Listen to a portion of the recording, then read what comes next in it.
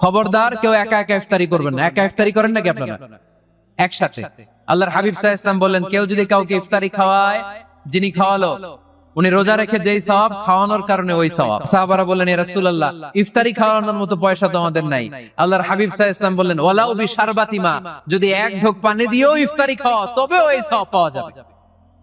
ওয়ালাউ বিআজকা চিলাবান, এক ঢোক দুধ দিয়ে খাওয়ালো। ওয়ালাউ বিতামরা, একটা খেজুর দিয়ে ইফতারি করালো, এই সওয়াব। সুবহানাল্লাহ পড়েন।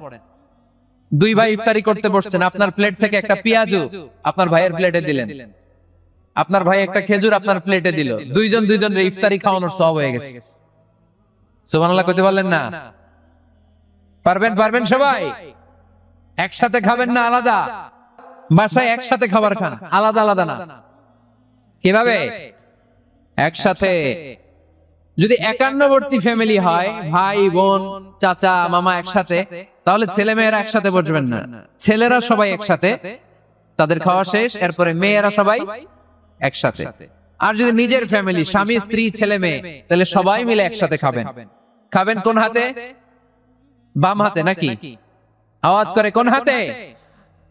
আল্লাহর হাবিব বলেছেন, লা তাকুলু বিশিমাল, বা হাতে খেও না, ফা ইন্না শাইতানা ইয়াকুলু বিশিমাল, কারণ শয়তান খায় বা হাতে। আমরা খাই কোন হাতে? ডান হাতে। খাওয়ার শুরুতে কি পড়বো? খাওয়ার পরে কি পড়বো? মনে থাকবে? বাচ্চারা উল্টা কাজ করতে পছন্দ করে বেশি। দেখবেন বাচ্চারা ডাইন পায়ের জুতা পরে বাম পায়ে, বাম পায়েরটা পরে। আমার মেয়ে আমি আর ম্যাগি, স্বাদ ও ভালোবাসা দারুণ জুটি ফ্রম নেসলে। সব সময় এটা করবে। আমি জুতা পরাই দিলে ঠিক, নিজে পড়লে বাম পায়েরটা দেয় ডান পায়ে, ডান পায়েরটা দেয় বাম পায়ে, আর গ্লাস ধরবে বাঁ হাতে, যতক্ষণ আমি না ঠিক করে দিব। এবং বিসমিল্লাহ বলতে ওরা ভুলে যায়, বারবার স্মরণ করিয়ে দিবেন, বারবার বারবার। এখন ওর মস্তিষ্ক নরম আর উর্বর, ভেরি ফার্টাইল ওদের মস্তিষ্ক। যেইটাই ঢুকাবেন, এখন সফটওয়্যার হিসেবে যেটা ইনস্টল করবেন ওটা আজীবন থাকবে। চিল্লায় বলেন ঠিক কি না? সিঙ্গাপুরে আমার প্রোগ্রাম, এক ফ্যামিলি আসছে, অনেক বড় বিজনেসম্যান ওখানকার, এসে বলে, হুজুর ইউটিউবে আপনার ওয়াজ শুনে আল্লাহ আমাদেরকে হেদায়েত দিচ্ছে, কিন্তু ছেলে মেয়েগুলোর তো বানাইতে পারতেছি না, নামাজ পড়ে না, আপনি একটু পানি পড়া দেন। কি পড়া? আমি বললাম বয়স কত? কয় 22। আমি কই পানি পড়া না, আমারে বাইটা খাওয়াই দিলে হবে না, কারণ কাঁচা না নোয়ালে বাস, পাকলে করে টাস টাস। আগে আগে দেরি করা যাবে না, দেরি করলে কষ্ট হয়ে যায়। আল্লাহ হেদায়েত না দিলে তখন এদেরকে বোঝানো যাবে না। ছোট্ট সোনামণিরা, ওরা এখন কাদা, কাদাকে যেমন খুশি তেমন ডিজাইন করা যায় কি যায় না? ডিজাইন করার পরে যখন শুকিয়ে যায় তখন আর কিছু করা যায়? তখন বাঁকা করতে গেলে কি হবে? ভেঙে যায়। একসাথে খাবেন, খাবার শেয়ার করবেন। একে অপরের সাথে খাবার শেয়ার করলে মহব্বত বাড়ায় দেয় কে? আল্লাহর হাবিব সাল্লাল্লাহু আলাইহি ওয়াসাল্লাম খেতে বসলে কখনো খাবারের বদনাম করতেন না। সহিহ বুখারীর হাদিস, মা আবা রাসূলুল্লাহ সাল্লাল্লাহু আলাইহি ওয়াসাল্লাম তাআমান কাত্তু, কখনো খাবারের বদনাম করেন নাই। এই 63 বছরের জীবনে কখনো না, একবারও না। ইনিশতাহাহু আকালাহু, ভাল লাগলে খাইতেন, বেশি বেশি খাইতেন। ওয়া ইন কারিহাহু তারাকা, ভালো না লাগলে রেখে দিতেন, ওটার দিকে তাকাতেন না। কিন্তু কখনো বলেন নাই লবণ বেশি হয়েছে, কখনো বলেন নাই ঝাল বেশি হয়েছে, এগুলো বললেন না। বলবেন? মহিলা প্যান্ডেলের ভাবিরা খুব খুশি, এখন খুশি হয়ে গেছে। ভাবিদেরকে বলবো, আপনারাও আপনাদের সর্বোচ্চটা দিয়ে ভাইয়ের জন্য রান্না করেন, যাতে ভাইয়ের খেতে কষ্ট না হয়, ঠিক কিনা? চেক এন্ড ব্যালেন্সের দরকার আছে না নাই? Islam is check and balance, very balanced religion, খুবই ভারসাম্যপূর্ণ জীবন ব্যবস্থা। খাবারের বদনাম করবেন না, খাবেন, খাওয়ার শেষে শুকরিয়া করবেন। কার? ঘরে কোরআন তেলাওয়াত করবেন। কি করবেন? করেন, আপনারা করেন? হ্যাঁ, ঘরে কোরআন তেলাওয়াত করবেন প্রতিদিন। ফজরের পরে প্রতিটা পরিবার থেকে সুমধুর কোরআনের ধ্বনি ভেসে আসতে হবে।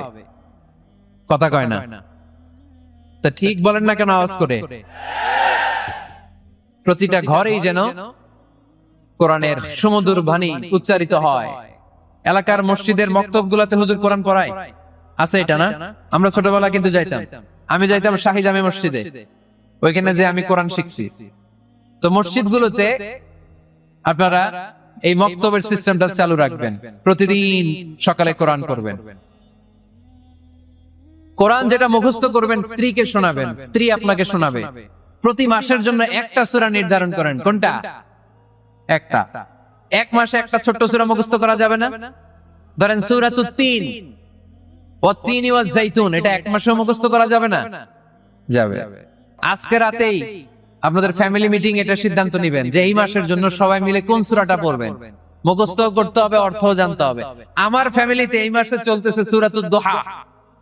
আমার ছোট মেয়েটা মুখস্থ করতেছে, একটা করে মুখস্থ করে আর শোনায়। আমিও ওরে শোনাই, আমার স্ত্রী আমাকে শোনায়, আমি আমার স্ত্রীকে শোনাই।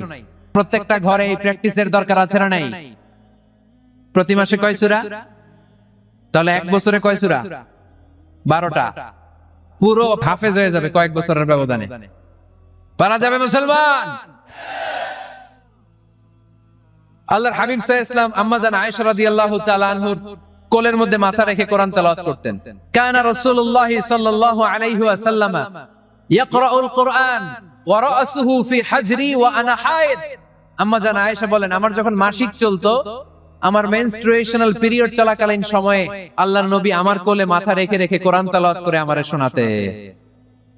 এইজন্য স্ত্রীর কোলে মাথা রেখে কোরআন তেলাওয়াত করা সুন্নাত। স্ত্রীর কোলে মাথা রেখে কোরআন তেলাওয়াত করা করেন তো? স্ত্রীর কোলে মাথা রেখে কোরআন তেলাওয়াত করছেন কে কে দেখি? ওই যে সাহস আছে কয়েকজনের, হাত তুলে ফেলছে। মাশাআল্লাহ, মাশাআল্লাহ। হ্যাঁ, স্ত্রীর কোলে মাথা রেখে কোরআন তেলাওয়াত করুন, এটা সুন্নাহ। ঘরে কোরআন তেলাওয়াত করুন। জিন, ভূত, ব্ল্যাক ম্যাজিক, জাদু টোনা, বানমারা সবগুলারে নিঃশেষ করে দিবে কে? ঘরে মাঝে মাঝে একসাথে জামাতে নামাজ পড়বেন। শুনতেছেন? আমার কথা শুনতে পাচ্ছেন? The family that prays together stays together. যে ফ্যামিলিগুলো একসাথে নামাজ পড়ে, এই ফ্যামিলিগুলো একসাথে টিকে থাকে আজীবন। বাইরে বৃষ্টি, আপনি মসজিদে যেতে পারছেন না জামাতে নামাজ পড়ার জন্য, কি করবেন? ঘরে সবাইরে নিয়ে নিজে ইমাম হয়ে যাবেন। পারা যাবে? আরে শুরু করেন না, আজারি ভাইয়ের কথা শুনে শুরু করেন না, শান্তি আসবে। আল্লাহর কসম, ঘরে ঘরে শান্তি আসবে এই বাংলাদেশে। কিন্তু এগুলো অ্যাপ্লাই করতে হবে। তাহাজ্জুদের সময় একসাথে দাঁড়িয়ে যান। ডিসেম্বর মাসে বাচ্চাদের 15 দিনের ছুটি, তখন তাহাজ্জুদের প্র্যাকটিস করেন। আপনি ইমাম, আপনার পেছনে আপনার ছেলেরা, পিছনে আপনার মেয়েরা আর আপনার স্ত্রী। নারী পুরুষ এক কাতারে দাঁড়াতে পারে না। আমি আর রবেল ভাই যদি জামাতে পড়ি, আমি ইমাম, রবেল ভাই ডান দিকে, সমান সমান দাঁড়ানোর সুযোগ আছে না নাই? আছে। কিন্তু আমি যদি আমার স্ত্রীর সাথে জামাত করি, একসাথে দাঁড়ানো যাবে না। আমি সামনে, আমার স্ত্রী পেছনে। মাসালা বুঝতে পেরেছেন? আচ্ছা, তো তাহলে ঘরে জামাতে মাঝে মাঝে নামাজ পড়বেন। সহিহ মুসলিমের হাদিস, আল্লাহ রাসূল সাল্লাল্লাহু আলাইহি ওয়াসাল্লাম বলেন, তোমরা ফরজ নামাজ মসজিদে আদায়ের পরে ঘরের জন্য কিছু নফল আর সুন্নত রেখে দিও, কারণ ঘরে যারা নফল আর সুন্নত পড়ে ওই ঘরটারে বরকত দিয়ে ভরে দেয় কে? তাহলে 3 নাম্বার ফর্মুলা, ঘরে আমরা নামাজ পড়ব, মাঝে মাঝে জামাতে নামাজ পড়ব। রাজি আছেন তো সবাই? ইনশাআল্লাহ পড়েন না?